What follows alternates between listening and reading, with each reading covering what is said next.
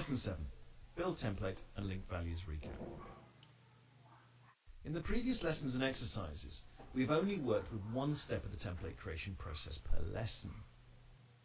This allowed us to focus on the smaller individual processes that, when combined, create a complete template. By the end of this lesson, you'll be able to automate an end-to-end process, covering a more complicated use case. To attract more users to our online store, the developers have implemented a new discount code feature. A user will receive a discount when they input the correct discount code. The text that activates a discount code has to be entered in the correct syntax. If the text does not match exactly, the code is invalid. In case of an invalid discount code, a message will appear stating that it was not accepted. We have several codes, and each discount code unlocks a different benefit.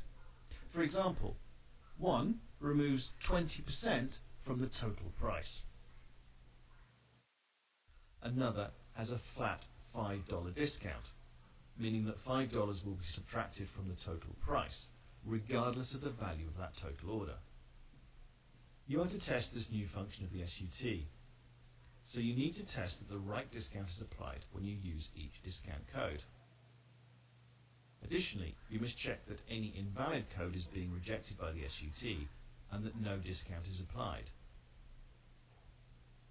In order to prepare for the exercise, rewatch Lesson 2 for building a template, Lesson 3 for linking values and instantiation, and finally, Lesson 5 for setting conditions. Important tips and guidelines can also be found in the related exercises. As a summary, the steps to create a fully working template are: first, create the test case that will be converted. Next, convert the test case to a template. Then, link the template to the relevant test sheet and link the single attributes from the test sheet to the relevant template test step values. Finally, add conditions to define when to use and when not to use parts of the template. This will create functioning test cases following instantiation. To be able to complete this task, we need to touch on an additional concept.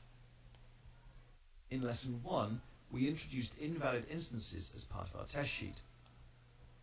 These instances are symbolized by an X in the center of the square and contain values that should be rejected by the SUT.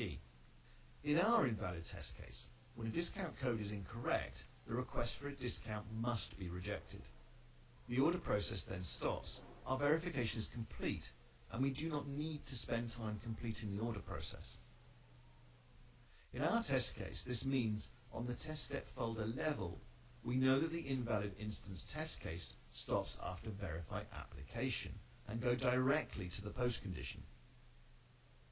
We could achieve this by writing a condition string that includes all instances, separated by an OR operator.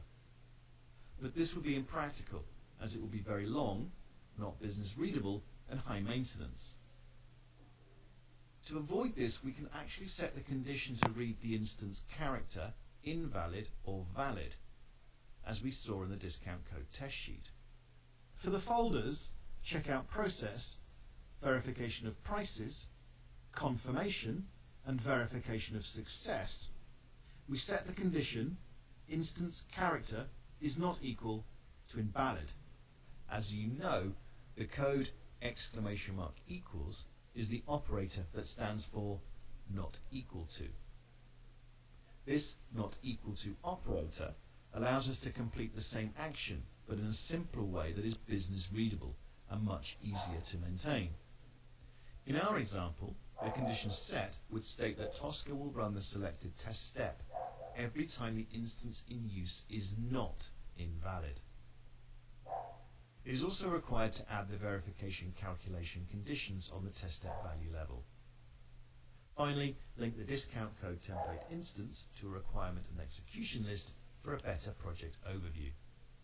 The final product should be a successful run of the execution list. Remember to revisit the hints sections in the exercise notes for additional guidance.